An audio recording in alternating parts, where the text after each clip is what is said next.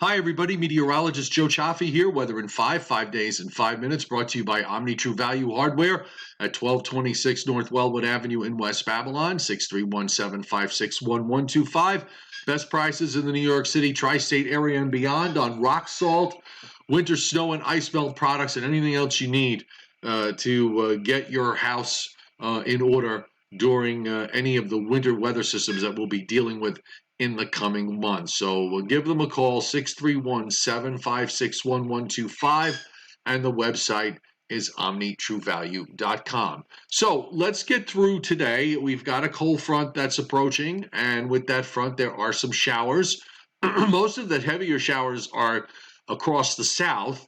There's a bit of a gap developing in the middle, and then there's some showers up through parts of upstate New York and into northern New England, as you can see on the latest radar. Some of the heavier rains are up north of Binghamton and up I-81, for example. There's a trailing line of showers into eastern Pennsylvania and northeastern Virginia. Then you get that gap I mentioned. And then you have showers and some thunderstorms and even a little bit severe weather action going on in parts of southeast Louisiana, where we have severe thunderstorm and even a couple of tornado warnings at work at a little after 4 o'clock Eastern time.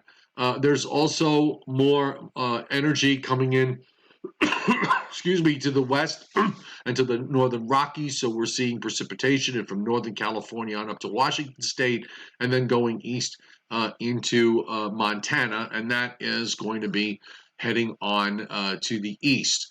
So this will all play through this evening and tonight. We'll get a break on Tuesday, although we're going to have a shot of colder air coming in, and then we'll move on to Wednesday. So why don't we take a look at the snowfall forecast from the digital weather service, the digital map from the weather service.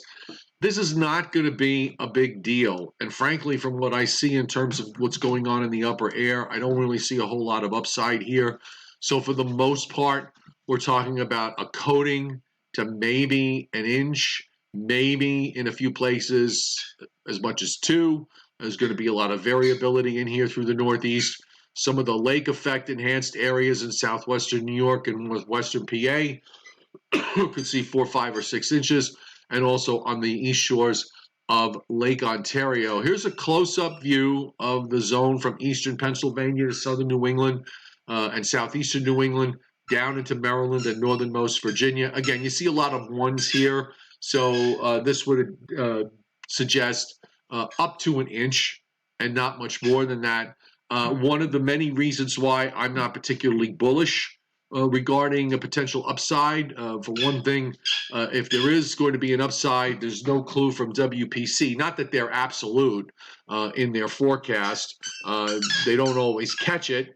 But I certainly, given what the models are showing, I can kind of understand why they've done what they've done with respect to their probabilities here. And we're looking at most areas. This is the probability for at least 2 inches. And the brown line is 0 to 5%. And that comes down to the coast, from New York City to Philadelphia, down to Washington, D.C. and Baltimore, just north of Washington, D.C. and Baltimore.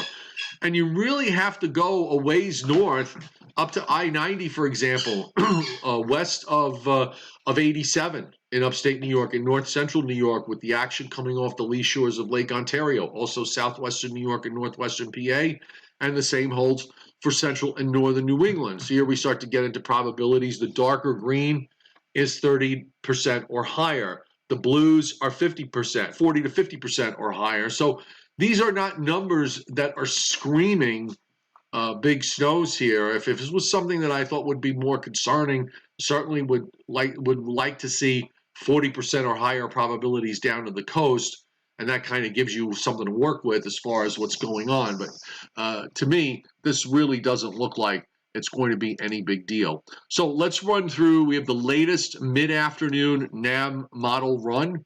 It's very consistent with the prior. Here's our front for this evening. The southern part of the front down in the southeast and through the Gulf states is not being picked up very well by the NAM at all. The radar is much more active than indicated. but we will partially clear out tonight. Tuesday will be a cold day with sunshine. Most highs will be in the mid 30s to around 40 degrees. Now, the high is going to settle in Northern Virginia to Pennsylvania tomorrow evening and then rebuild up in the St. Lawrence Valley and into New England Tuesday night into Wednesday morning.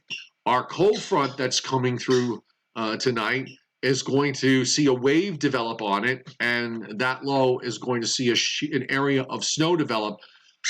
As impressive as the NAM looks here, this is for 10 a.m. on Wednesday. A lot of that precip is light, and I would bet you also that a lot of that precip actually is not even reaching the ground. So I'm not really too bullish here with respect to this. And then the low moves quickly offshore, continues on an east-northeast track. One of the issues here is where the upper trough is with relation to the surface low. The upper trough is very, very broad, so it doesn't really sharpen until the low has already passed us. If you take a look here, for example, this is Wednesday afternoon. It's kind of has this, rather broad bottom to it, almost like a little bit of a bowl. And then by Wednesday evening, and of course at this point, the snow is all pretty much done. But now we start to see the trough sharpen up, which means that the coastal low will be intensifying long after everything is done with. So that's why I'm fairly confident that this is going to be a light event. And for most folks who didn't see any of the flurries that we saw back last week on one particular day, which slips my mind at the moment, you will probably see something out of this. Then we have dry, cold weather for Thursday, and then Friday will start a warm-up as a ridge begins to build into the eastern part of the United States.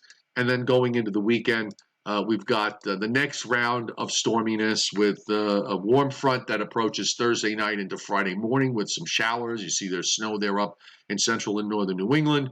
And then on Saturday, we have a cold front that starts to approach, doesn't quite get through as low pressure runs up into eastern Canada. A second low develops in the Appalachians, and that'll bring some showers here along about Sunday. And then that slides out to the east.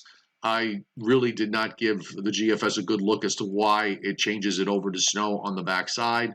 There is a shot of cold air behind it, but I haven't really had a good opportunity to figure out what exactly is going on with all of this. Weather in 5 brought to you by Omni True Value Hardware at 1226 North Wellwood Avenue in West Babylon, New York, 631-756-1125 for the best prices in town. OmniTrueValue.com is the website. And as far as the Joe and Joe Weather Show is concerned tonight, I haven't really heard from him, so I'm not sure what we're doing. If he doesn't get in touch with me, I'm likely to skip the show tonight so that I can rest some more as I continue to recover from my appendectomy. It's been very, very difficult the last 8 days. I had my surgery last Sunday, and I'm still dealing with occasional fevers and stomach issues. And all I've been told is you have to be patient because anything involving the abdomen takes a long, long time to heal. So anyhow, all right, folks, have a great evening. If there is a Joe and Joe Weather Show, I'll be posting links on Facebook and on Patreon as soon as I have an idea. Have a great evening.